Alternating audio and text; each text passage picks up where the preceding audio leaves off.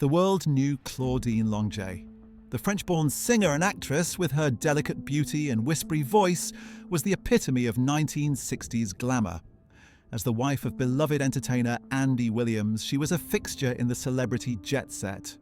After their divorce, she found a new life and a new love in the exclusive enclave of Aspen, Colorado, with Olympic skier Vladimir "Spider" Sabic. Sabic was a golden boy of American skiing, a world champion who embodied the Aspen lifestyle of athleticism and a press ski decadence. On March 21, 1976, the facade shattered. In Sabic's Starwood home, a single .22 caliber bullet ended his life. Longuet's account was one of a tragic accident. She claimed Sabic was teaching her how to handle the pistol, showing her how to release the magazine, when the gun unexpectedly went off. It was a story of a clumsy, dreadful mistake, but almost immediately the evidence began to tell a more complicated, more sinister story. The autopsy findings were critically inconsistent with a demonstration. Sabic was shot from a distance of approximately 6 feet. He was bent over at the waist, facing away from Longuet. This is not the posture of someone intimately handling a weapon with another person. Prosecutors would later argue this was the posture of a man, perhaps packing a bag, turning away, vulnerable to an attack from behind. The investigation was immediately hampered by its own missteps, a series of errors that would prove fatal to the prosecution's case. Police, perhaps starstruck or simply incompetent, entered the home without a warrant. They found and seized Longuet's personal diary without proper procedure. In its pages, they read her desperate writings about Sabic's waning affection, her fear of him leaving her. This was a motive, but it was evidence that would never see a jury room. Furthermore, blood and urine samples taken from Longuet revealed the presence of both alcohol and cocaine.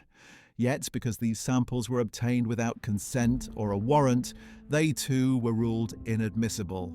And then there was the gun. The murder weapon itself was hopelessly compromised. Instead of being bagged and tagged as evidence, it was wrapped in a towel, and stored in a police officer's personal glove compartment for days, allowing any potential fingerprints or residue to be contaminated or destroyed. Facing these catastrophic procedural errors, the prosecution's case crumbled. Longuet, initially facing a serious manslaughter charge, was ultimately convicted only of the nebulous crime of negligent homicide, a misdemeanor. Her sentence? A symbolic 30 days in jail to be served at her convenience around her ski schedule, and a minuscule $25 fine. The public outcry was immense. It appeared that celebrity justice had prevailed, that wealth and fame could buy a different kind of outcome. The case of Claudine Longuet became less about the death of Spider Sabic and more about a justice system that seemed to have two sets of rules. It was a perfect storm of fame, privilege, and incompetence, leaving a permanent question mark over what truly happened in that Aspen home.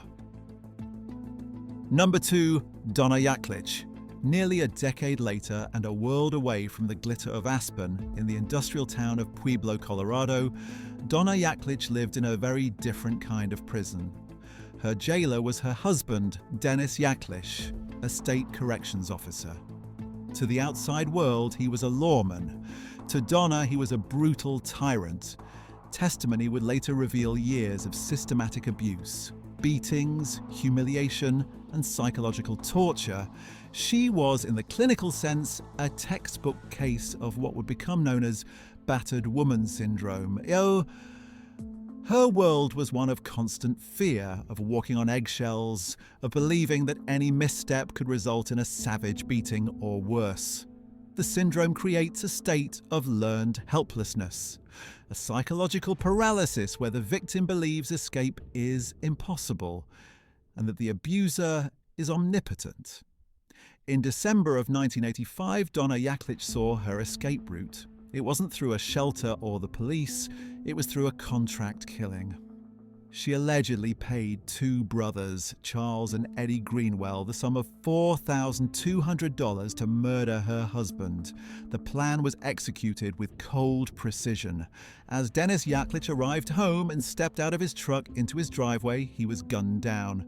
The Greenwell brothers were quickly apprehended and pointed the finger directly at Donna. The prosecution's case was straightforward. This was a premeditated murder for financial gain. Dennis had 3 life insurance policies, and Donna was the beneficiary. But her defense team mounted a groundbreaking argument. They did not deny her involvement. Instead, they argued that her actions were, in the most profound sense, self-defense. They claim that after years of abuse, she genuinely believed with every fibre of her being that it was only a matter of time before Dennis killed her. Hiring his killers was, in her traumatized mind, her only possible path to survival. The case became a legal firestorm, forcing the Colorado courts to grapple with a difficult question. Can the defense of self-defense be stretched to cover a planned, paid-for homicide days or weeks after the immediate threat? The Colorado Court of Appeals drew a hard line. They ruled that the core of self-defense is an imminent threat of bodily harm. By hiring hitmen, Yaklich had inserted time and deliberation into the equation, thus voiding any claim to an imminent threat. The court acknowledged the battered woman syndrome but declared it irrelevant in a contract killing scenario. Yet, in a fascinating twist of the human element, the jury seemed to understand the nuance the law could not accommodate. They acquitted Donna Yaklich of first-degree murder. They could not bring themselves to condemn her as a cold-blooded killer. However, they convicted her of conspiracy to commit murder, and she was sentenced to 40 years in prison. Her case remains a landmark, a tragic legal paradox where a woman's desperate bid for freedom from abuse became the very thing that locked her in a prison of concrete and steel. Number 3, Shauna Louise Nelson. The town of Greeley, Colorado was rocked to its core on January 23, 2007, by a murder so brazen and so calculating it seemed ripped from a Hollywood thriller. The victim was Heather Garros, a wife and mother. The shooter was dressed in a black robe and a Grim Reaper's mask, but this was no random act of violence. It was the climax of a toxic love triangle that reached deep into the local law enforcement community itself. The killer was Shauna Nelson. She was a 911 dispatcher married to a Weld County Sheriff's deputy, Ken Nelson. But her marriage was a facade. She was deeply embroiled in a passionate affair with Ignacio Ig Garros, a detective with the Greeley Police Department. For a time, the illicit relationship satisfied her, but when Heather Garros discovered the affair, Ig ended it, choosing to repair his marriage. For Shauna Nelson, this wasn't a rejection, it was a declaration of war. Her obsession curdled into a homicidal rage. She began sending Ig threatening messages. "You broke my heart, you fucked me, be prepared." She even left voicemails for Heather, who, tragically, dismissed them, never believing the threat was real. Nelson's plan was diabolical in its detail. She acquired a Grim Reaper costume. She studied Heather's routine, learning exactly when she would leave her workplace at the credit union. On the night of the murder, Nelson lay in wait. As Heather walked to her car, the macabre figure emerged and fired 2 shots at point-blank range into Heather's head. But Nelson's plan extended beyond the murder itself. In a move of breathtaking betrayal, she attempted to frame her own husband. After the shooting, she was found driving his truck while wearing his clothes, his underwear, his socks, even his baseball cap, hoping to plant his DNA and implicate him in the crime. The trial was a spectacle. The most damning testimony came from Nelson's best friend, Michelle Moore, who testified that Nelson had confessed the entire plan to her. In a desperate gambit, Nelson took the stand and made a shocking claim that she and Moore had been secret lovers and that Moore's testimony was an act of jealous revenge. It was a claim the jury did not believe. The aftermath was a wave of devastation. Igaraus resigned from the police force, consumed by guilt and grief. Ken Nelson divorced Shauna and moved away with their children. Shauna Nelson was found guilty of first-degree murder and sentenced to life in prison without parole. Her case is a stark lesson in how obsession can poison the mind, turning a person who was supposed to serve and protect into a monster in a reaper's mask. Number 4. Miriam Frances Helmick. In the quiet community of Whitewater, Colorado, Alan Helmick was a successful businessman who seemingly had it all. What he didn't know was that the greatest threat to his life was sharing his home. On June 10, 2008, he was found shot to death in his kitchen. His wife Miriam claimed she had discovered the scene after returning from errands, describing a ransacked home that suggested a burglary gone wrong. But from the very beginning, investigators were skeptical. The ransacking seemed staged. Nothing of significant value was missing, and Miriam Helmick's behaviour was off. She seemed performative in her grief. As detectives dug deeper, they uncovered a financial motive. Miriam had been systematically forging her husband's signature on checks, siphoning over $40,000 from their accounts. The marriage was crumbling under the weight of debt and deceit. The plot thickened when investigators learned that just 6 weeks before the murder, Alan's car had been mysteriously set on fire. When police had asked Alan if he suspected Miriam, he defended her, insisting she would never do such a thing, and asked them to drop the inquiry. It was a tragic act of loyalty to a wife who was already plotting his death. Then, Miriam Helmick made a fatal mistake. In a bid to throw off suspicion and paint herself as the next target, she fabricated a threat. She claimed to have found a card on her doorstep with a chilling message. "Alan's sick was first, you're sick next. Run, run, run." It was a dramatic ploy to make herself look like a victim. But investigators were thorough. They tracked the card to a local store and reviewed the security footage. There, clear as day, was Miriam Helmick, purchasing the card herself. When confronted, she crumbled, offering a pathetic excuse that she only did it to make the police work harder on the case. This single act of fabrication destroyed her credibility entirely. The jury saw her for what she was, a calculating liar who murdered her husband for money and then tried to manipulate the investigation. She was convicted of first-degree murder, attempted murder for the car fire, and multiple counts of forgery, receiving a sentence of life plus 78 years. Her case is a masterclass in how greed and a tangled web of lies can ultimately strangle the liar. Number 5. Cara Laurel Lounsbury. The murder of a parent is one of the most unforgivable taboos, a fundamental betrayal of the very people who gave you life.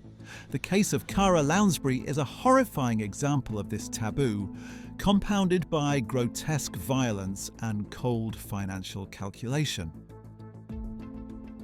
On January 15th, 2009, Harold Hap Enander and his wife, Velva Sue, were found shot to death in their bed. The scene was one of overkill, particularly for Velva Sue. She hadn't just been shot. After being wounded, she was savagely bludgeoned with a hard object, suffering over 20 lacerations to her skull before being shot one final time. This was not just a murder. It was an execution fueled by pure, unadulterated hatred. All evidence pointed to Hap's daughter, Cara Lounsbury. The motive was laid bare during the trial. The family was deeply fractured. Lounsbury resented her father and harboured a pathological hatred for her stepmother, whom she viewed as an interloper. But beneath the emotional turmoil was a powerful financial incentive. Hap was a successful businessman, and Lounsbury stood to inherit a significant life insurance payout. In a cruel irony, Hap had been trying to mend the relationship. He had put both Cara and her brother on the payroll of his company, Aquahot, for doing little to no work. He was essentially paying them to be in his life. It wasn't enough. After the murders, Lounsbury ransacked the house to stage a burglary and even attempted to point suspicion at her own brother. The jury saw through the charade. The specific, excessive violence directed at her stepmother revealed the personal vendetta at the heart of the crime. They convicted her on 2 counts of first-degree murder after just 7 hours of deliberation. The prosecutor captured the essence of the case, stating, "There is never a good motive for murder, but to kill your own parents for money is exceptionally heinous." Cara Lounsbury received 2 life sentences, a permanent end to the family dynasty she sought to control. Number 6. Heather Maria Trujillo. Some cases are shocking not for their complexity, but for their senseless, almost unimaginable brutality. The death of 7-year-old Zoe Garcia in December 2007 is one such case. It is a story that horrified a nation and ignited a fierce debate about video game violence and parental responsibility. Zoe was placed in the care of her 17-year-old half-sister, Heather Trujillo, and Trujillo's boyfriend, Lamar Roberts. What happened next was beyond comprehension. The teens, allegedly inspired by the ultra-violent video game Mortal Kombat, began to emulate the game's fatalities on the helpless child. Zoe was subjected to a sustained and brutal assault. She was hit, kicked, and body-slammed repeatedly. The autopsy revealed the horrifying extent of the violence. Over 20 bruises carpeting her small body, a broken wrist, and catastrophic internal injuries, including bleeding and swelling in the brain. She died of blunt force trauma, a phrase that barely captures the agony she endured. Both teens were charged as adults. The case also exposed a tragic history of systemic failure. Child Protective Services in both Colorado and New Mexico had multiple previous contacts with Zoe's mother, Dana Trujillo, for allegations of neglect and abuse. A 2003 case in New Mexico had even seen her charged with abandonment after she left her children with a sitter and never returned. Yet, Zoe remained in this unstable and dangerous environment. Heather Trujillo accepted a plea deal, testifying against Roberts in exchange for a lesser charge of child abuse, negligently causing death. She was sentenced to 18 years, suspended for a 6-year youth offender program. Roberts received 36 years in prison. The case stands as the eternal testament to the vulnerability of children and the catastrophic consequences that can occur when fantasy violence bleeds into a terrible, unforgivable reality. Number 7. Amberleetorrez. Our final case forces us to confront the complex and fraught intersection of severe mental illness and criminal responsibility. The story of Amber Torres is not one of calculated greed or obsession, but rather a heartbreaking descent into psychosis and unimaginable violence. In 2004, 19-year-old Amber Torres embarked on a days-long rampage that left 2 men dead and a community terrified. Her victims were chosen at random. John Hand, the 55-year-old founder of Colorado Free University, was stabbed over 30 times inside his own home. The next day, Mesfin Gesagne, a 45-year-old Denver cab driver simply trying to earn a living, was stabbed 39 times. The overkill was extreme, suggesting a rage far beyond a simple robbery motive. To understand this violence, one must look at Torres's history. Friends and family described a bright girl who had been irrevocably shattered by a horrific trauma at age 16. She was violently raped and had her throat slit. She survived the physical wounds, but her psyche did not. She developed severe PTSD, plunged into substance abuse as a form of self-medication, and underwent a drastic personality change. The person she had been was gone, replaced by a vortex of pain and psychosis. The legal system recognized that she was operating in a different reality. A judge declared her incompetent to stand trial, finding she couldn't rationally assist in her own defense. After treatment, a jury found her not guilty by reason of insanity on the murder charges. She was not sent to prison, but committed to the Colorado Mental Health Institute, a secure psychiatric facility. This case does not offer easy answers. The victims and their families suffered unimaginable losses, yet Torres was also a victim of a brutal crime that broke her mind. Her case forces us to ask, can we hold someone legally responsible for crimes committed when they are divorced from reality? Is commitment to a mental hospital a get-out-of-jail-free card, or is it a different form of incarceration for a different kind of brokenness? The case of Amber Torres remains a haunting, tragic grey area in the black and white world of crime and punishment. Thank you for watching. Stay safe out there. In the lawless plains of 1870s, Kansas, the Bender family ran a humble one-room wayside inn that lured weary travellers off the Osage Trail. At the dinner table sat 23-year-old Kate Bender, outwardly friendly and known locally as a self-proclaimed psychic healer. Behind her cordial smile, however, Kate was part of a terrifying family plot. As guests dined, she would distract them with charming conversation and her spiritualist antics, while her brother and father crept up from behind a canvas curtain. In a flash, a heavy hammer struck the unsuspecting traveller's skull. Kate's mother, Ma Bender, whom neighbours ominously nicknamed the She-Devil, then slit the victim's throat with clinical precision. The Benders dropped each body through a trapdoor into their cellar, later stripping the corpses of valuables and burying them in the orchard out back. For 2 bloody years, at least 11 people vanished along that lonely stretch of road. Suspicion finally sparked when a prominent doctor went missing in 1873, last seen heading toward the Bender Inn. Neighbours formed a search posse and arrived to find the cabin abandoned and a foul stench emanating from below. Digging in the garden and beneath the house, they uncovered a mass grave of mutilated bodies, confirming the frontier's worst nightmare. News of the bloody Benders spread nationwide, igniting a manhunt for Kate and her family. Despite reported sightings and vigilante justice claims, the Benders themselves vanished into legend. Authorities arrested various suspects over the years. At one point, even 2 women thought to be Ma and Kate, but solid proof remained elusive. In the end, the mysterious Bender clan was never officially brought to justice.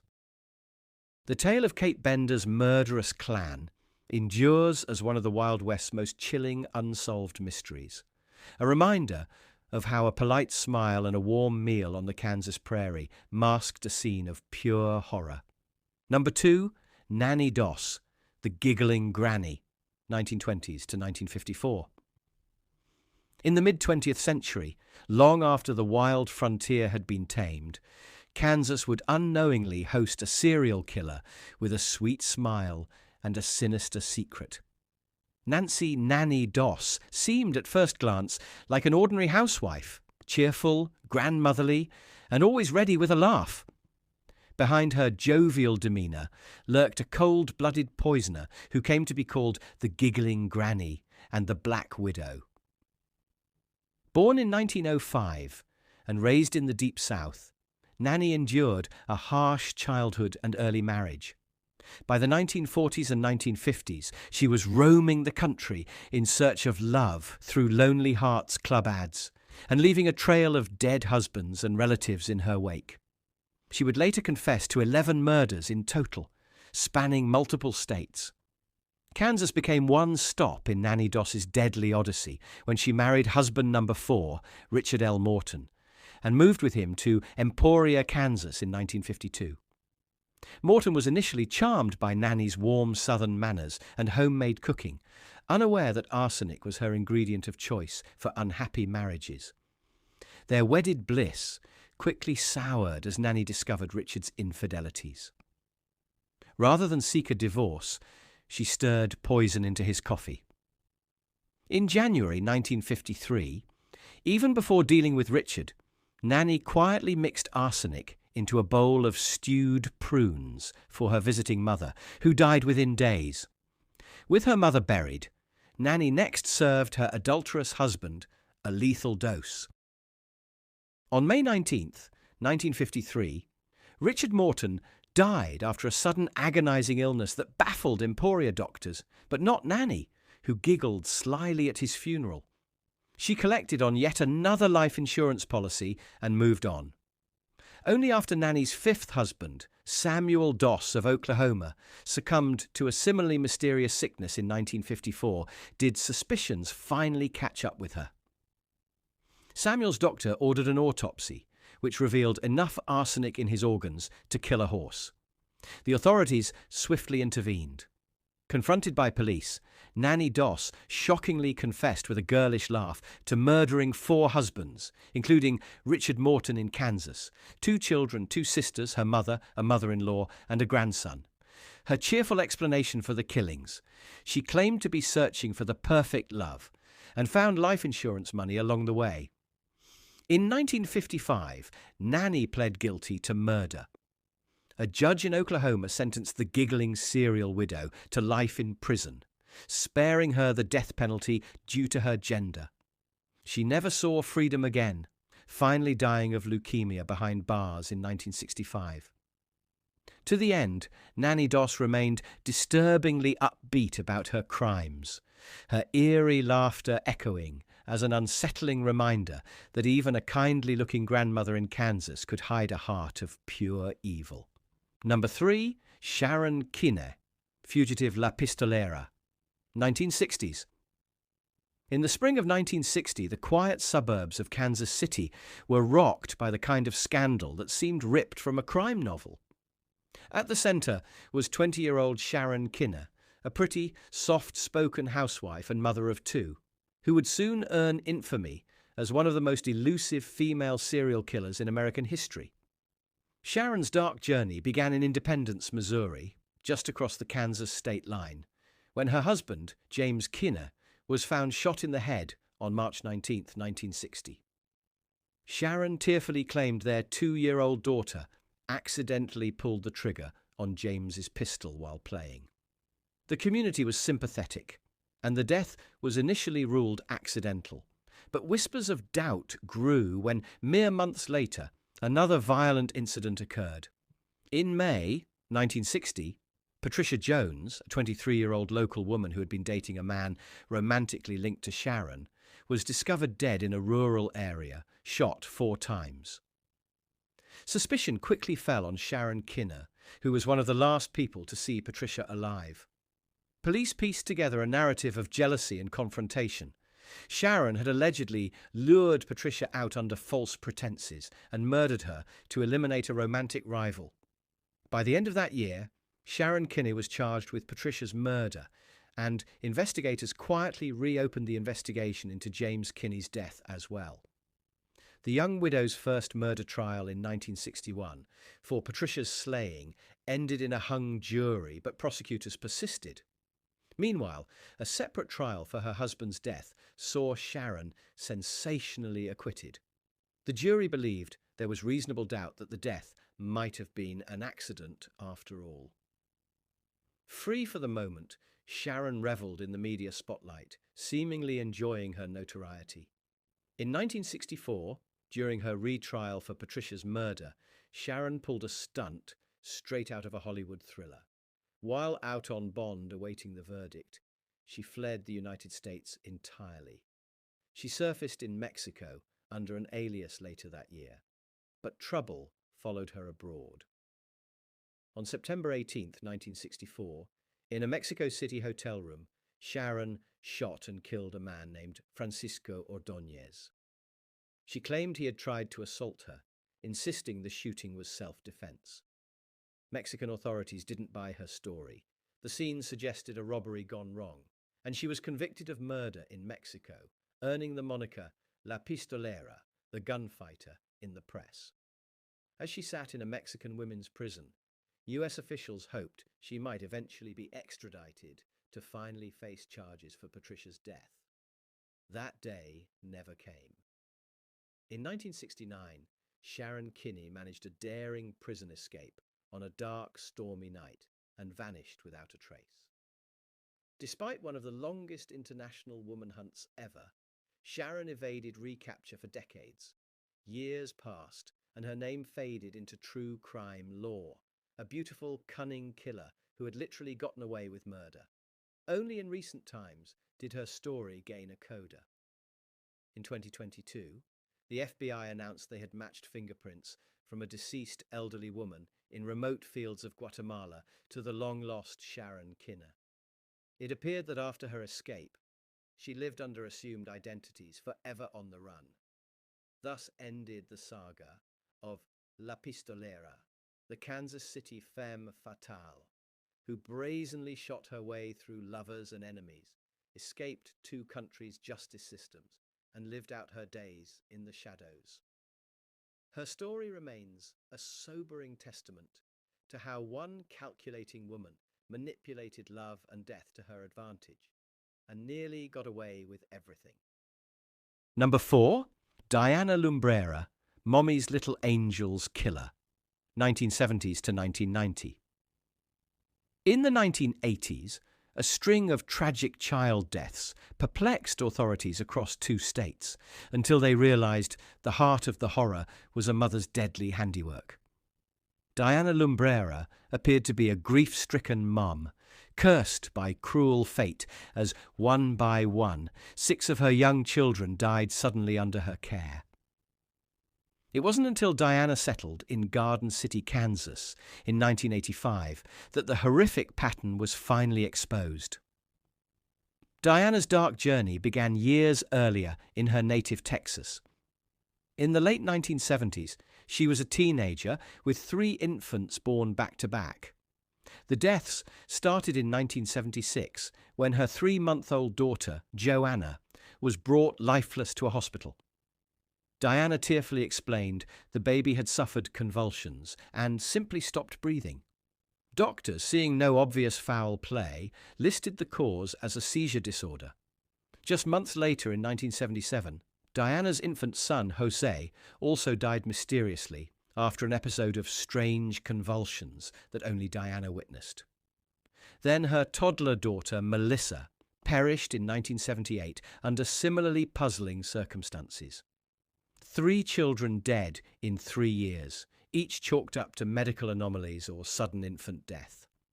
Family and officials grew uneasy, but no one could imagine a mother harming her own. Over the next few years, Diana had more children, and the fatalities followed her. A cousin's infant daughter died during a short car trip with Diana. 2 more of Diana's own babies, born in 1980 and 1983, mysteriously fell ill and died in Texas before their 3rd birthdays. Each time, Diana was alone with the child during the fatal seizure or breathing emergency. She collected small life insurance policies and garnered heaps of sympathy for these incomprehensible losses. It wasn't until Diana moved to Kansas that her streak of bad luck finally raised full alarms. In May 1990, Diana rushed into a Garden City emergency room carrying the limp body of her 4-year-old son, Jose Jr., her only surviving child by that time. She claimed he had another one of those unexplained convulsions that had plagued her other kids, but this time doctors and detectives dug deeper. Hospital staff, aware of her tragic history, alerted the police. Under gentle but persistent questioning, Diana's stories of sudden convulsive deaths began to unravel. Investigators exhumed the tiny bodies of her children back in Texas, finding suspicious signs of suffocation. With growing evidence that these deaths were no coincidence, Kansas authorities charged Diana Lumbrera with murder. In a 1990 trial that stunned the community, prosecutors painted Diana not as a pitiable mother, but as a cold, calculating killer who smothered her babies for insurance money and attention. Witnesses recounted how Diana oddly seemed to predict her children's deaths, and even fabricated illnesses likely to set the stage for her crimes. A Kansas jury took less than an hour to find her guilty in little Jose Jr.'s death. Diana Lumbrera was sentenced to life in prison, the courtroom recoiling as the once doting mother stood impassive. Texas prosecutors followed up with charges for several of her other children's murders. Facing possible death sentences there, Diana struck a deal. She pleaded guilty to killing her 3-year-old daughter Melissa and no contest to another son's death. In total, Diana Lumbrera is believed to have murdered 6 of her own children and even a young niece, snuffing out their innocent lives one by one over 14 years. Now imprisoned for life, this silent child killer will never again taste freedom. Her case remains one of the most haunting examples of maternal filicide, a woman who wore the mask of a loving Kansas mother even as she suffocated her little ones for profit. To neighbors and friends, she had seemed caring and devout, but behind closed doors, Diana Lumbrera turned motherhood into a monstrous curse. Number 5, Faye Copeland, serial killer granny, 1980s. In the late 1980s, on a remote farm at the Missouri-Kansas border, an elderly grandmother helped orchestrate a murderous fraud scheme, making her, at age 69, the oldest woman ever sentenced to death in America. Faye Copeland hardly looked the part of a serial killer. She was silver-haired, soft-spoken, and often seen knitting or tending to her grandchildren. But alongside her husband, Ray, Faye participated in a cold-blooded plot that left at least 5 men dead and buried in the dirt of rural Missouri. The Copeland's criminal saga began as a twisted response to hard times. Ray Copeland, an itinerant farmer originally from Kansas, had a long, petty crime record and a crafty idea to make money illegally. By 1986, Ray and Faye, both approaching their 70s, hatched a plan to avoid the law while running a cattle scam. Ray would recruit drifters and down-and-out men from homeless shelters, offering them work on the farm. These transient workers, desperate for a few dollars, were pawns in the Copeland's scheme. Under Ray's direction, a drifter would accompany him to livestock auctions and buy cattle using Ray's bad checks. The intent was to quickly resell the cattle before the checks bounced, leaving the poor hired hand as the fall guy. It might have seemed like a relatively bloodless con, but Ray and Faye had a deadly twist in store. Once a farmhand had served his purpose, Ray decided to permanently silence him to eliminate any risk. One by one, these men vanished. Faye's exact role in the killings remained murky. She later claimed she was an abused, obedient wife, but evidence suggested she was far from innocent. On at least one occasion, Faye was seen using one of the victim's ID cards to impersonate him and cash a check.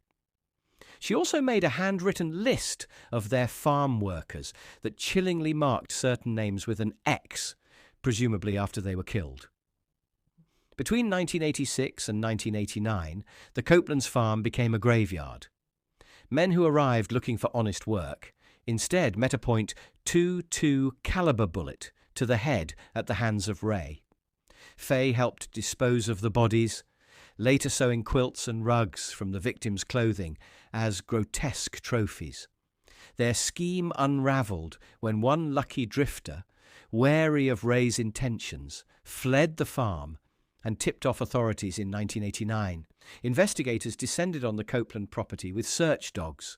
What they uncovered shocked the heartland: shallow graves containing the remains of 5 missing men, each shot with the same rifle, a weapon found in the Copeland's home.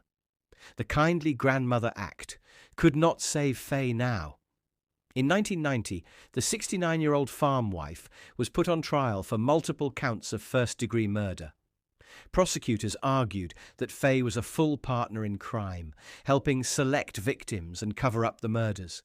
Her defense painted her as a victim of Ray's domineering abuse, suggesting she went along out of fear. The jury didn't buy it. Faye Copeland was convicted on all 5 murder counts. When the judge pronounced a death sentence, Faye became the oldest woman ever condemned to die in the United States. Ray Copeland was also convicted and sent to death row shortly thereafter. The murderous pair, grandparents who should have been enjoying twilight years, instead became notorious as serial killing seniors. In 1993, Ray died in prison of natural causes at age 78, never facing execution. Faye lingered on Missouri's death row until 1999, when the governor, acknowledging her advanced age and frail health, commuted her sentence to life in prison. She served her time quietly in a nursing home facility behind bars, suffering a stroke that left her partially paralyzed. Faye Copeland died in 2003 at age 82, taking to her grave the full truth of how involved she was in those murders. To the end, she maintained she never killed anybody. But the blood-stained quilts in her closet and the ledger of victims suggested that at minimum she stood by and aided her husband as 5 men were ruthlessly slain. The case of Ray and Faye Copeland reveals a dark truth. Sometimes the most unexpected people, even a grandma in Kansas's backyard, can harbor lethal intentions. In Faye's wrinkled face and trembling hands, jurors saw not just an old woman, but a remorseless accomplice who put greed and self-preservation above human life. Number 6, Dr. Deborah Green, Deadly Doctor, 1995. Prairie Village, Kansas, 1995. Behind the doors of a lovely suburban home on a quiet cul-de-sac, Dr. Deborah Green appeared to have an enviable life. She was a successful physician, mother of 3 beautiful children, and wife to a prominent local doctor. But as neighbours would soon learn, appearances were deceiving. That fall, Deborah Green's simmering inner turmoil erupted into a firestorm of lethal fury that claimed the lives of her children and exposed a diabolical scheme to kill her husband. Deborah's downward spiral had been building for months.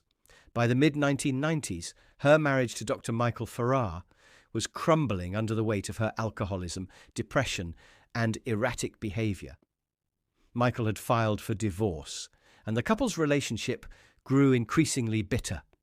In the late summer of 1995, Michael fell violently ill on multiple occasions, with a mysterious flu-like sickness that doctors couldn't diagnose. He suffered vomiting, weakness, and near-organ failure, and was in and out of hospitals for weeks. Unbeknownst to him, his wife had been slowly poisoning his food with ricin, a deadly toxin Deborah extracted from castor beans using her chemistry background. She was quietly dosing Michael in an attempt to eliminate him amid the divorce battle. While Michael fought for his life in the hospital, Deborah's mental state deteriorated further. She was drinking heavily, neglecting her work, and becoming more volatile. On the night of October 24th, 1995, events reached a tragic crescendo. In the early morning hours, a roaring blaze engulfed the Green family's large home. Neighbours awoke to the sound of explosions and the sight of flames piercing the roof. Deborah, along with the couple's 10-year-old daughter, escaped the burning house in a panic. But 13-year-old Tim and 6-year-old Kelly were trapped in their upstairs bedrooms. As firefighters battled the inferno, Deborah stood outside in her nightgown, strangely calm and detached. Despite heroic efforts, the 2 children perished in the fire. Investigators picking through the ashes soon found telltale signs of arson. Multiple points of origin indicated the fire had been deliberately set. An accelerant had been poured along the floor in the hallways, creating deadly barriers of flame. Suspicion immediately fell on Deborah Green, who had an unscathed path to an exit while her children's rooms were doused in fuel. As the community mourned the loss of 2 young lives, police arrested the 44-year-old doctor. The subsequent investigation revealed the full, horrifying picture. Forensic tests on Michael's blood confirmed he had been poisoned with ricin during the weeks before the fire, an odourless toxin that Deborah had surreptitiously mixed into his meals, causing his mysterious illnesses. Confronted with the evidence, Deborah eventually admitted through an Alford plea that she had indeed poisoned her husband and intentionally set the house fire that killed her son and daughter. In a dramatic 1996 court hearing, she pleaded no contest to 2 counts of first-degree murder, 2 counts of attempted murder for poisoning Michael, and attempting to also poison their surviving daughter, and 1 count of aggravated arson. To avoid a possible death sentence at trial, Deborah accepted a deal of life in prison with a minimum of 40 years behind bars. As she stood in court, the once respected doctor was a shell of her former self, trembling, emotionally flat, offering no real explanation for her acts beyond vague allusions to mental illness and rage. The community was left grappling with how a healer, sworn to save lives, had become a destroyer of her own family. Deborah Green's medical brilliance and motherly facade hid a mind warped by resentment and despair. Today she remains incarcerated, well into her 70s, her pleas for a new trial denied. The burned patch of ground where her house once stood is now a silent memorial. This case seared itself into Kansas memory, a chilling reminder that even in affluent, educated households, unimaginable darkness can take hold. Deborah's surviving daughter and ex-husband were left to rebuild their lives, forever scarred by a wife and mother's ultimate betrayal. Number 7. Lisa Montgomery, The Fetal Abduction Murder, 2004. Our final case brings us to the early 21st century, and one of the most shocking crimes the Midwest has ever seen. In December 2004, the gruesome murder of 23-year-old Bobby Joe Stinnett in the small town of Skidmore, Missouri, sent waves of horror across Kansas and the nation. The perpetrator was Lisa Montgomery, a 36-year-old woman from Melvin, Kansas, whose desperate obsession with motherhood led her to commit an almost unimaginable act. Lisa Montgomery's life was a tapestry of trauma and deception. She had endured horrific abuse in her youth and struggled with mental illness and sterility. By 2004, Lisa had concocted a web of lies about being pregnant, hoping to please a new boyfriend and retain some sense of purpose. As her fictitious due date approached, Lisa grew frantic to produce a baby by any means necessary. Through an online chat room for dog breeders, Lisa became acquainted with Bobby Joe Stinnett, a friendly young woman who was 8 months pregnant with her first child. Posing as a customer interested in buying a puppy, Lisa arranged a visit to Bobby Joe's home on December 16, 2004. That afternoon, Lisa Montgomery showed up at the Stinnett house under the pretense of seeing the puppies. Bobby Joe, delighted to make a sale and share pregnancy stories, welcomed Lisa inside. What unfolded next is almost too brutal to fathom. In the quiet of Bobby Joe's home, Lisa suddenly attacked the expectant mother from behind, using a rope or cord to strangle her. A desperate struggle ensued, with Bobby Joe fighting fiercely for her life and the life of her unborn child. Ultimately, Lisa overpowered the petite woman until she fell unconscious. Then, in a nightmarish scene, Lisa fetched a kitchen knife and performed a crude cesarean section on Bobby Joe right there on the living room floor. She cut open the young woman's abdomen and womb, removing the premature infant girl. Bobby Joe briefly regained consciousness during the procedure. Evidence later showed defensive wounds, but Lisa strangled her again, this time finishing the job. Leaving the mother's lifeless, mutilated body behind, Lisa fled with the newborn, a tiny girl who miraculously survived her violent birth. Lisa attempted to pass off the infant as her own, calling her husband and happily announcing that she'd spontaneously gone into labour while shopping and delivered a baby. Meanwhile, Bobby Joe's mother discovered the horrific scene about an hour after the attack and called 911, describing her daughter's womb as exploded, a sight that left even seasoned investigators shaken. An Amber Alert went out for the missing baby, and police scrambled to track any leads. It didn't take long for the digital clues to point to Lisa Montgomery in Kansas. Using email records and IP addresses from Bobby Joe's online message boards, authorities identified Lisa as the strange buyer who had been in contact with the victim. The very next day, on December 17, 2004, FBI agents and police raced to Lisa Montgomery's home in Melvin, Kansas. There they found her cradling a newborn girl as if nothing had happened, The baby, amazingly healthy after her traumatic entry into the world, was taken into protective custody and, to the great relief of all, soon reunited with her grieving father. Confronted by law enforcement, Lisa's lies fell apart. She was arrested and eventually confessed to the whole ghastly scheme. The case that followed captivated and horrified the public in equal measure. At Lisa Montgomery's 2007 federal trial, prosecutors depicted her as calculating and ruthless, showing the meticulous research she'd done on performing C-sections and her preparation of a birthing kit to use in the attack.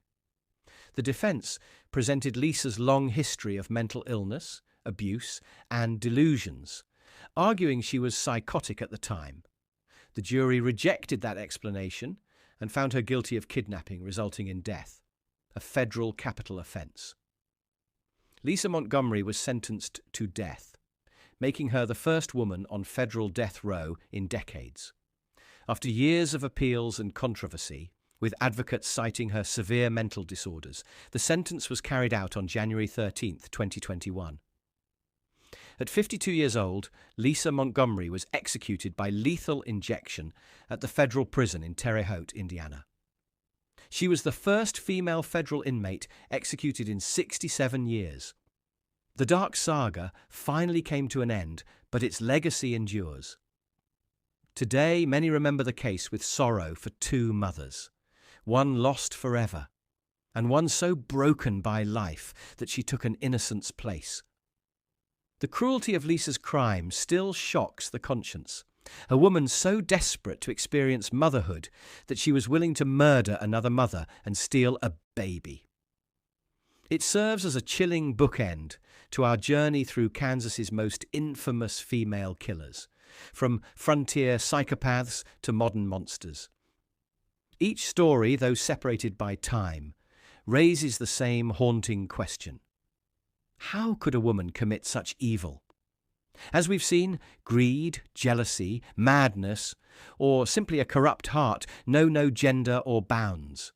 These 8 women from Kansas history remind us that danger can wear any face.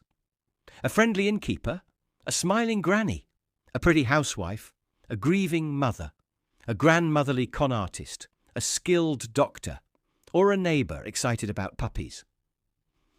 Their crimes span more than a century, but all leave us with lessons to heed and victims to remember. Stay vigilant, stay curious, and take care. For real life holds stories more disturbing than any fiction. Our first case takes us back to the late 1940s. Martha Jewel Beck hailed from Milton, Florida, and despite her ordinary beginnings, she would become one half of a deadly duo known as the Lonely Hearts Killers. Alongside her lover Raymond Fernandez, Beck preyed on vulnerable people looking for love. The two met through a Lonely Hearts ad, and Martha, who had struggled with relationships and was described as an unhappy, often rejected single mother, fell deeply under Fernandez's sway. Fernandez claimed to have mystical power over women, and together they concocted a sinister scheme. They would lure victims, often single women, through personal ads, gain their trust and assets, and then murder them to avoid detection. Between 1947 and 1949, the pair roamed from New York to Michigan, posing as brother and sister while targeting lonely women. Their crime spree would later earn Martha Beck infamy as a rare female serial killer of her time. Victims included an elderly widow named Janet Fay, whom Martha brutally bludgeoned in 1949, and a young mother, Delphine Downing, along with Downing's 2-year-old daughter in Michigan.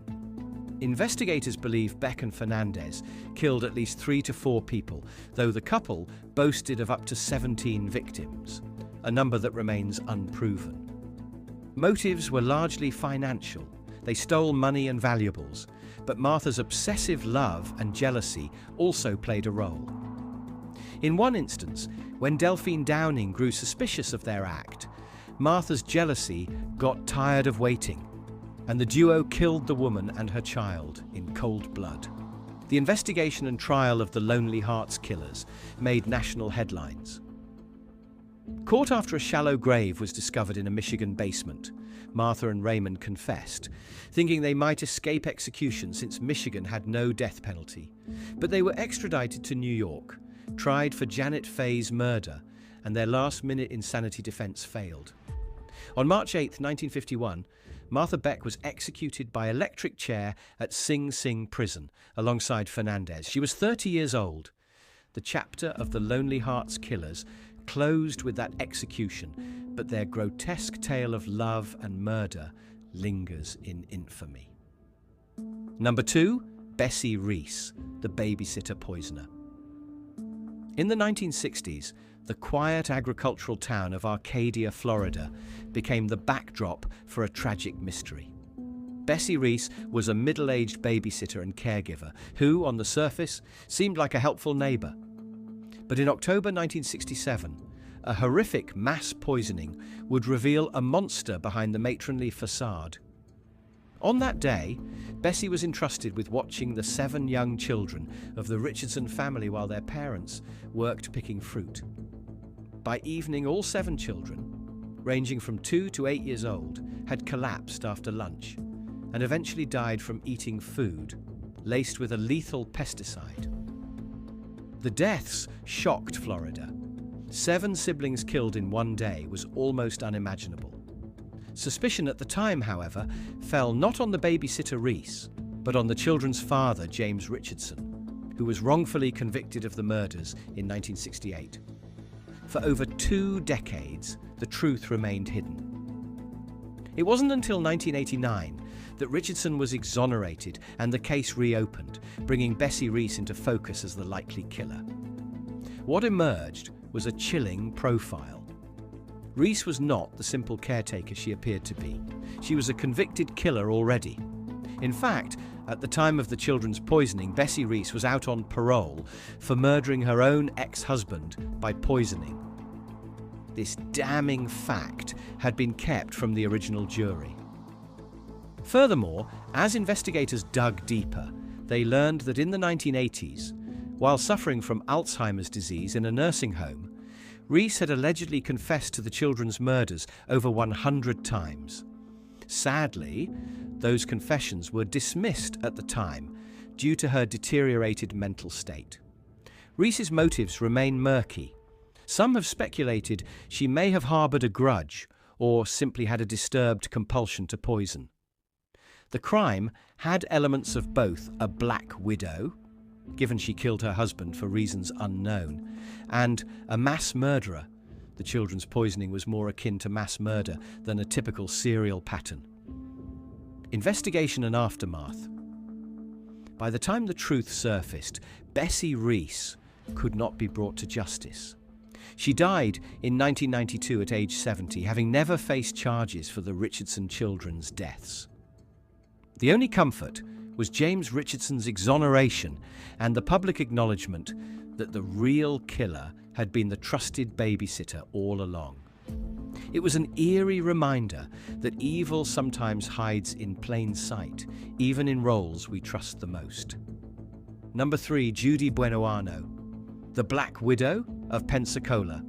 As the 1970s dawned, North Florida became the hunting ground of a woman who would earn the nickname Black Widow. Judy Buenoano, born Judius Welty, moved to Florida and built a life that, from the outside, seemed normal. She was a mother and a business owner. But behind the facade, Judy was plotting the deaths of those closest to her for profit. Her crime spree began in 1971, when her husband, Air Force Sergeant James Goodyear, returned from Vietnam. Within months, Goodyear fell mysteriously ill in Orlando, Florida, and died. At the time, no foul play was suspected. Judy quietly collected insurance money and moved on. Over the next decade, more suspicious deaths followed Judy's path, spanning Florida and even into Colorado. In 1978, a boyfriend in Colorado named Bobby Joe Morris died suddenly after complaining of illness. Again, Judy was around, and again she profited from insurance. Back in Florida, her adult son, Michael Buenoano, whom she often resented by her own later admission, became gravely ill in 1979 with inexplicable symptoms that left him partially paralyzed. In a cruel twist, Judy took Michael, wearing heavy leg and arm braces, canoeing on a river in Milton, Florida, in May 1980. The canoe capsized and Michael drowned, unable to stay afloat. His death was presumed an accident at first. Once again, Judy cashed in a life insurance policy on a loved one. Judy's modus operandi earned her the Black Widow moniker. Like the spider that kills its mate, she was eliminating family members and lovers for financial gain. She typically used poison, arsenic, to slowly sicken her victims. Both Goodyear and Morris were later found to have arsenic in their systems. But her final known crime involved a more explosive method. In 1983, Judy was engaged to a new fiancé, John Gentry, in Pensacola. She had been feeding Gentry vitamin pills, which in reality were toxic chemicals, and even spread rumors he had a terminal illness. Before the poison could do its work, Judy decided to hasten matters. She planted a car bomb that blew up Gentry's vehicle in June 1983, severely injuring but not killing him. This would prove to be Judy Buenoano's undoing. Investigation. Suspicious of why this businessman's car exploded, Pensacola police dug deeper. They found Judy's stories didn't add up. Gentry, recovering in the hospital, revealed Judy's strange vitamins. Detectives uncovered evidence of arsenic poisoning in Gentry's blood, which led them to exhume the bodies of James Goodyear and her son Michael. Sure enough, both had been poisoned with arsenic. The exhumation of Bobby Joe Morris in Colorado yielded the same result. The pattern was clear, and Judy was arrested in late 1983. Trial and sentencing. In 1984, Judy Buenoano was convicted for the first-degree murder of her husband, James Goodyear. She was later also convicted of murdering Michael, for which she received a life sentence, and the attempted murder of Gentry. Authorities in Colorado suspected her in Morris's death and even a 1974 Alabama poisoning of another boyfriend. But by then, Florida had done enough. She was sentenced to death, making her the first woman on Florida's death row in modern times. Due to her pattern of using arsenic and attacking family, the press dubbed her Florida's Black Widow. After 14 years of appeals, Judy was executed in the electric chair on March 30th, 1998, at age 54. She went to her death, maintaining her innocence. To this day, her story is a stark example of a female serial killer driven by cold-blooded greed, killing those who trusted her for financial gain. Yet even as Buenoano's case was unfolding in the 1980s, a very different kind of female killer was rising in the criminal underworld of Florida, not for insurance money, but for power in the drug trade. Number 4. Griselda Blanco, the cocaine godmother of Miami. Late 1970s and early 1980s, Miami. This was the era of the cocaine cowboys, when violent drug wars turned Miami into a battleground. In the thick of it was Griselda Blanco, a Colombian-born drug lord who became one of the most fearsome figures in organized crime.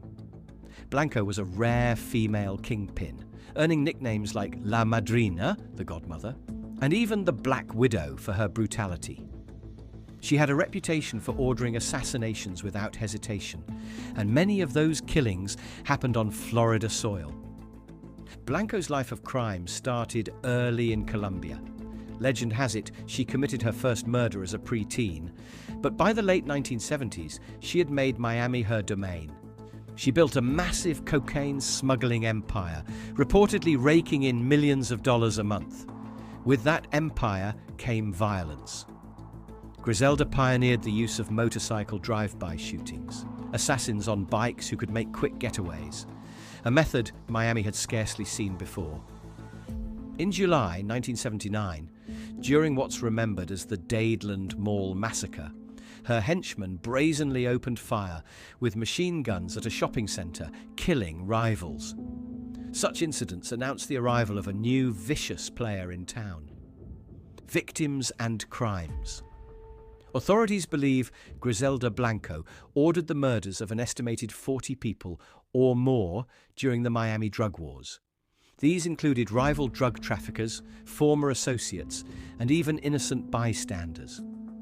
Notoriously, one of her contracted hits resulted in the death of a 2-year-old boy, the child of a target, which horrified the public and law enforcement. Blanco was utterly ruthless. She even remained a suspect in the murders of all 3 of her own husbands, hence the Black Widow moniker. One husband was shot to death in a Medellin nightclub in a dispute over money, a hit she was said to have carried out personally in 1975. Motive and psychology.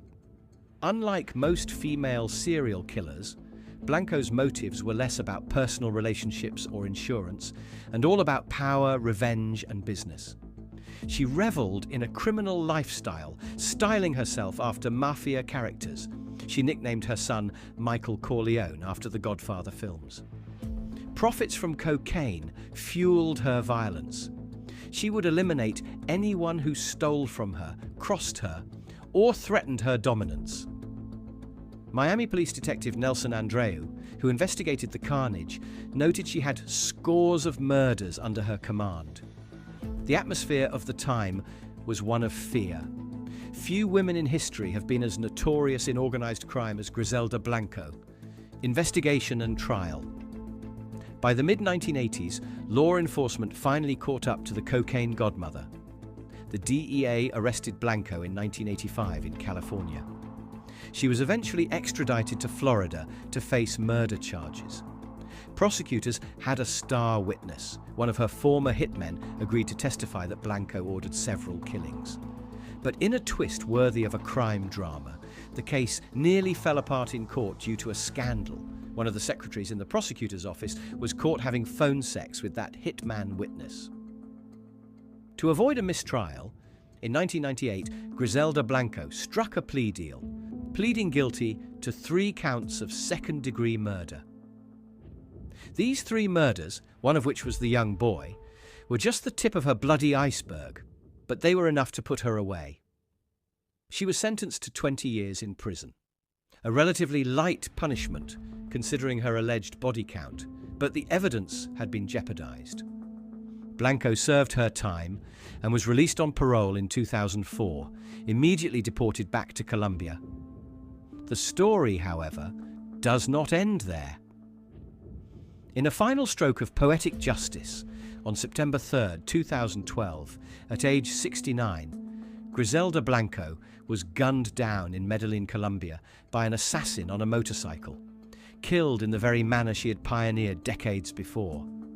Her reign ended as violently as it had begun. The cocaine godmother's dark legacy remains a key chapter in Miami's history, underscoring how one woman's ruthlessness contributed to an era of chaos and bloodshed. Number 5, Christine Falling, the killer babysitter. In stark contrast to the cocaine wars, the case of Christine Falling is intimate and unsettling. Dubbed the killer babysitter, Christine Falling was a young woman from Perry, Florida, in the state's panhandle, who, in the early 1980s, quietly murdered the very children she was hired to care for. Her crimes, though not as infamous nationally as some others, have secured her a dark place in Florida's criminal history. Background: Christine Laverne Falling, born Christine Slaughter, had a troubled upbringing marked by poverty, a low IQ, and health issues including epilepsy. She was known to harm animals as a child, a warning sign in hindsight, dropping cats from heights to test their 9 lives. Married off at 14 to escape family problems, divorced by 15, Christine was adrift by her late teens. To earn money, she turned to babysitting, one of the few jobs a young, uneducated woman could get in her small town. In February 1980, Falling took care of 2-year-old Cassidy Johnson in Blountstown, Florida. Little Cassidy suddenly fell ill and died at the hospital. With an initially unclear cause, doctors noted brain swelling and possible encephalitis. Christine claimed the toddler just passed out and perhaps fell. The death was deemed natural at the time. Only later would Falling admit what really happened. She had strangled the child with a pillow in a fit of frustration. Over the next 2 years, a series of children and one elderly man died under Christine Falling's watch, each time with ambiguous medical causes. In July 1980, in Lakeland, Florida, 8-month-old Jennifer Daniels, Christine's own half-sister's baby, died supposedly of sudden infant death syndrome while Christine babysat. Earlier, in the spring of 1980, 2 brothers, 4-year-old Jeffrey Davis, and just days after his funeral, 2-year-old Joseph Spring, Jeffrey's cousin, both perished abruptly while under Falling's care in Jackson County, Florida. Doctors attributed these to a viral infection or heart inflammation at the time. In 1981, back in her hometown of Perry, Christine briefly worked as a housekeeper for a 77-year-old man named Wilbur Swindle, who dropped dead of an apparent heart attack on the very day she started the job. No one connected that dot then. Finally, on July 2nd, 1982, Falling babysat 10-week-old Travis Coleman in her trailer home in Perry. That night, baby Travis was found dead. This time, authorities grew suspicious. Too many children had died around Christine. The death of Travis Coleman prompted an autopsy that suggested smothering. Police took a closer look at the coincidences, and Christine Falling, now 19, was questioned. Under pressure, she eventually confessed. In chillingly matter-of-fact statements, Christine admitted, "I choked him. I just picked him up and choked him for no apparent reason." She also confessed to the earlier child killings, describing how she smothered them when they were rowdy or crying. The pattern emerged. Whenever Christine was left alone with a baby or toddler for too long, she would snap and strangle them, a terrifying case of a caregiver turned predator. Psychologically, some speculated she had impulses linked to Munchausen syndrome by proxy, a caregiver harming children to draw sympathy to herself. But others simply saw a disturbed young woman who lacked the coping skills for the stress of childcare. To avoid the death penalty, Christine Falling pleaded guilty in 1982 to 3 counts of first-degree murder for the deaths of Cassidy Johnson, Jennifer Daniels, and Travis Coleman. In exchange, prosecutors did not charge her in the other deaths, Jeffrey, Joseph, and Mr. Swindle, though it is understood she was responsible for those as well. She received 3 concurrent life sentences. At her sentencing, the judge uttered the sentiment of all parents. It was incomprehensible that a babysitter, someone hired to protect children, would do this. Falling, only 20 by then, was remorseless and reportedly said little. Now in her early 60s, Christine Falling remains imprisoned at Florida's Lowell Correctional Institution. She will be eligible for parole only in the 2200s and 50s, effectively a life term. Her case stands as one of the few examples of an American female serial killer who killed children, and so many so young. It sent waves of fear through Florida parents in the 1980s. The person you most trust with your baby could, in this worst-case scenario, turn out to be a killer. With Falling behind bars by 1982, one might hope Florida's ordeal with female serial killers was over, but in the very next year, another shocking case would arise, this time involving a deadly conspiracy in South Florida. Number 6, Dee Castile. In the mosaic of Miami's 1980s crime, amid drug lords and street violence, emerged Dee Castile, a woman whose serial crimes were driven by greed and fear of exposure. Dolores Dee Castile was not a household name, but her case is notorious in Florida law enforcement circles for its cold-blooded calculation. She orchestrated a pair of murders in 1983 to prevent her embezzlement scheme from coming to light. Dee Castile, in her mid-40s at the time, worked as a manager at a popular Miami Beach delicatessen. There, she and a fellow employee had been skimming money from the business, a crime in itself, but one that soon turned deadly. The delicatessen owner's son, Mark Silverman, caught on to their embezzlement, or posed a threat to expose it. Rather than face the consequences, Castile and her accomplice decided to eliminate him.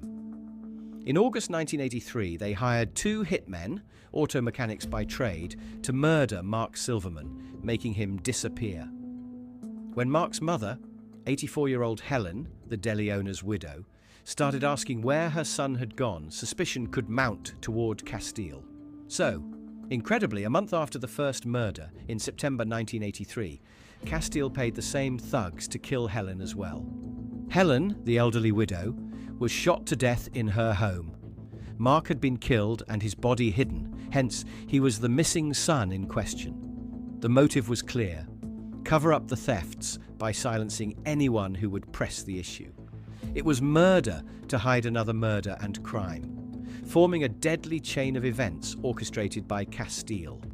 In essence, she became a serial killer by proxy. She didn't pull the trigger herself, but she set the murders in motion and paid for them, making her just as culpable. The double murder for hire did not go unnoticed by police. Co-workers and those who knew the Silverman family voiced suspicions. Investigators eventually cracked the case, likely flipping one of the hired gunmen or the co-conspirator to reveal Castile as the mastermind. By 1985, Dee Castile was arrested and charged. Her trial showcased her cold, pragmatic approach to crime. She saw killing as a solution to her problems of being caught stealing. In 1987, a Dade County jury convicted Dee Castile of first-degree murder for Helen's slaying, and by extension, Mark's. She was sentenced to death in Florida's electric chair for the murder of the 84-year-old woman. Castile thus briefly joined the roster of women on Florida's death row. However, her death sentence was overturned on appeal in 1990, for reasons such as juror issues or disproportionality, as often happened in that era. In 1991, she was resentenced to life in prison. Dee Castile never saw freedom again. She died in prison in 2002 at age 64. Today, her case is remembered as a stark example of how avarice can drive an otherwise ordinary person to orchestrate brutal crimes. Little did Floridians know, as Castile was being sentenced in 1987, that just a couple of years later, one of the most bizarre and sensational female-involved serial cases in Florida was about to break. One involving videotaped murder and a twisted romance. Number 7. Deidre Hunt. Set against the backdrop of sunny Daytona Beach, 1989, this story is as lurid as any thriller. Deidre Hunt was a 20-year-old bartender who became entangled in the deadly schemes of her employer and lover, a nightclub owner named Costa Fotopoulos. By the end of the year, Deidre would be directly involved in the cold-blooded murders of 2 men, one of which was chillingly captured on videotape. This case, often referred to as the Ninja or video murder plot, exposed a twisted world of crime in an otherwise quiet beachside community.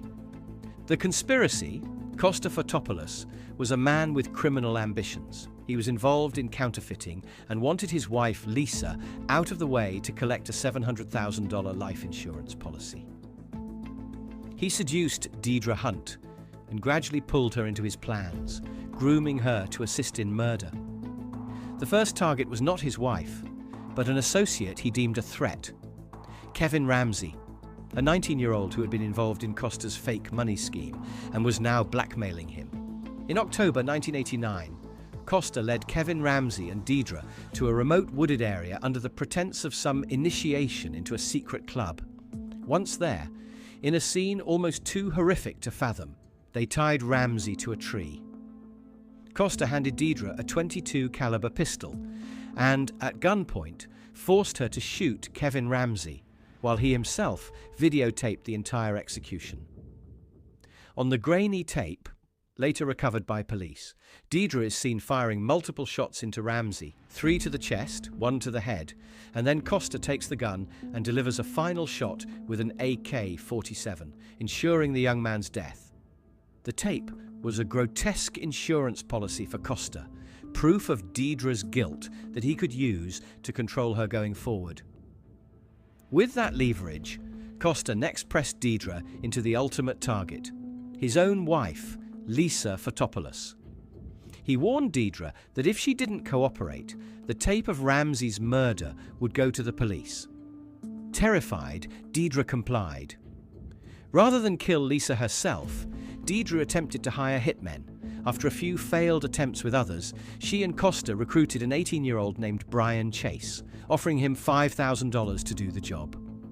On November 4th, 1989, Brian Chase crept into the Fotopoulos home at night and shot Lisa in the head as she slept. Miraculously, the bullet did not kill Lisa. She survived, gravely wounded. Immediately after the attempt, Costa, who was in the house unharmed, turned on the hitman. He shot Brian Chase dead on the spot, trying to stage it as if Chase was an intruder killed in self-defense during a burglary. Investigation and trial. The crime scene at the Fotopoulos home raised many red flags for investigators. A dead intruder and a wounded wife didn't neatly add up, especially once Lisa recovered enough to speak. Within days, Deidre Hunt was arrested, and the whole bizarre plot unraveled. Facing overwhelming evidence, including the damning videotape of Kevin Ramsey's murder, which police found hidden in Costa's residence, Deidre chose to cooperate. She confessed fully, spilling the details of Costa's coercion and the twisted sequence of events. In court, Deidre Hunt pleaded guilty to 2 counts of first-degree murder, Kevin Ramsey and Brian Chase, as well as conspiracy and attempted murder charges for the plot against Lisa. Her testimony against Costa was crucial in convicting him. However, this cooperation did not spare her the harshest punishment initially. In 1990, Deidre was sentenced to death for her role in the murders. She became one of the youngest women ever sent to Florida's death row. Yet, many saw Deidre also as a victim of Fotopoulos' manipulation, a woman without a prior record, seemingly dominated by a dangerous man. Over the next few years, appeals highlighted how Costa had effectively brainwashed and threatened her. In 1998, mercy prevailed, and Deidre Hunt's death sentence was commuted to life in prison. Currently in her mid-50s, she remains incarcerated at Homestead Correctional Institution. Costa Fotopoulos, on the other hand, received multiple death sentences and is still on death row. The Deidre Hunt case stands out as a deadly lover's pact gone horrifyingly wrong, a young woman drawn into murder by a Svengali-like partner. The existence of the murder videotape still haunts anyone who hears the story, a stark reminder of how real-life crimes can be as chilling as any movie. As the 1980s turned into 1990, Florida had now seen female killers across the spectrum, from a teen babysitter to a drug queen, to a black widow and a coerced lover. But one case still remained, hitting the 1990s with national infamy. Our final story is the most famous of them all, the one that brought the image of a female serial killer to front-page news. Number 8. Aileen Wuornos, Damsel of Death on Florida's highways. Our journey concludes with Aileen Wuornos, perhaps the most notorious female serial killer in American history, often called the Damsel of Death. By the end of the 1980s, as Florida grappled with all the cases we've discussed, Wuornos embarked on a violent spree that would solidify her infamy. Between late 1989 and late 1990, Aileen Wuornos, an itinerant sex worker, murdered 7 men along the highways of central Florida. Her case garnered intense media attention, books, documentaries, and the Hollywood film Monster. It remains a haunting tale of abuse, revenge, and violence. Background: Aileen Carol Wuornos had a nightmarish upbringing in Michigan, filled with abuse and abandonment. By her early 20s, she drifted to Florida, surviving through prostitution along this I-75 corridor.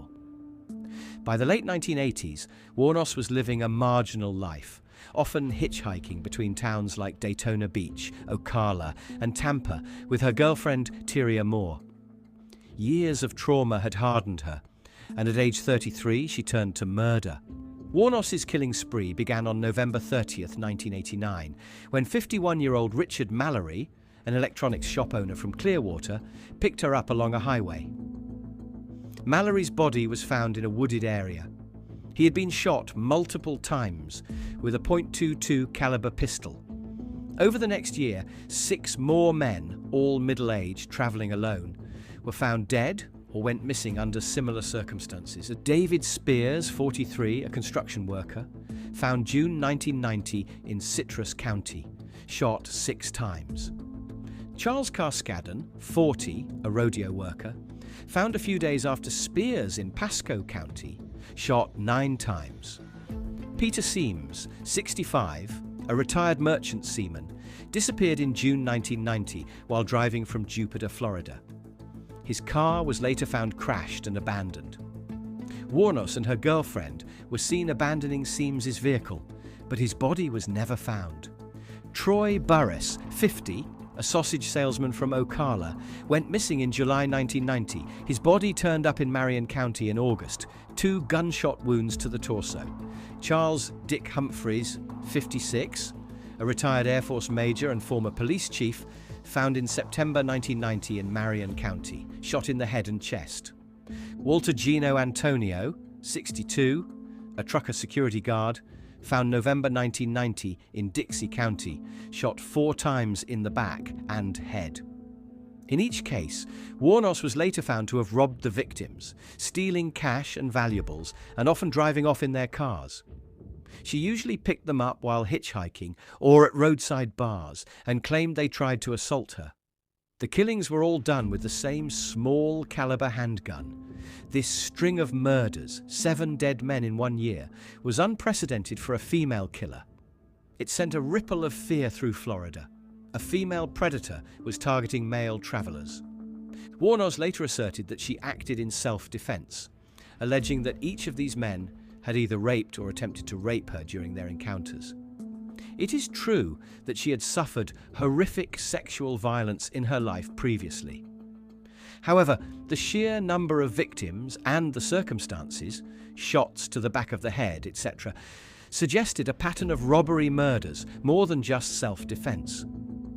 Psychologists have theorized that Warnos's rage toward abusive men in her past reached a boiling point, turning lethal whenever she felt threatened or enraged during her prostitution encounters.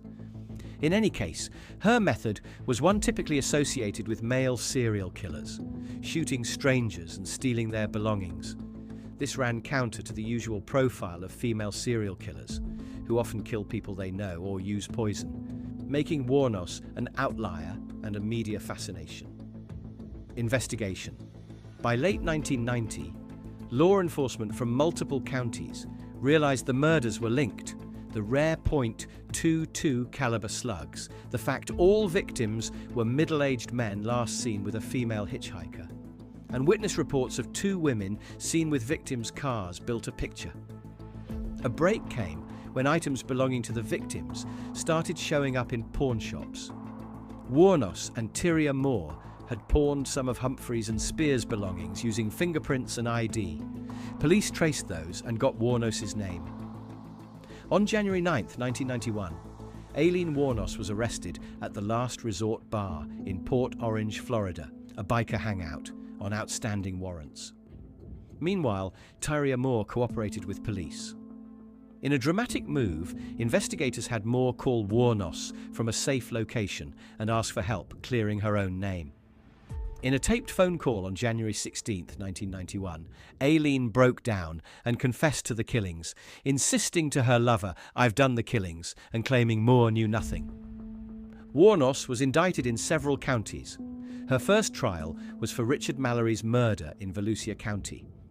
In January 1992, she was found guilty of first-degree murder. Her demeanor in court was defiant, and the jury recommended death. Over the next year, Warnos chose to plead no contest to several other murders, trying to get right with God and in doing so received a total of 6 death sentences. She was never charged in Seam's case as his body was missing. This made her one of the very few women in US history to receive multiple death sentences. On death row, Aileen's mental health appeared to deteriorate. She gave bizarre statements and had outbursts. Nevertheless, after a decade of appeals, she ultimately dropped further appeals and welcomed death.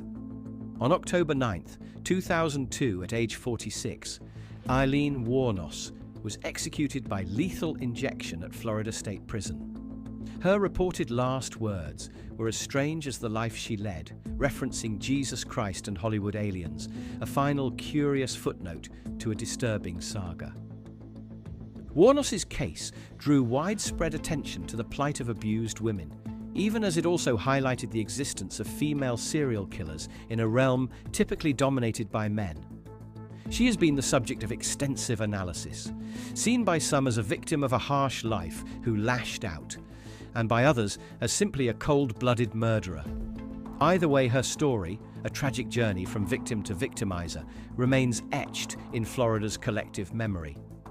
The film Monster, 2003, for which Charlize Theron won an Oscar portraying Wuornos, further cemented Aileen's place in criminal law. In the eerie annals of crime, Aileen Wuornos stands as the closing chapter, for now, of Florida's female serial killer history, a stark reminder that evil knows no gender.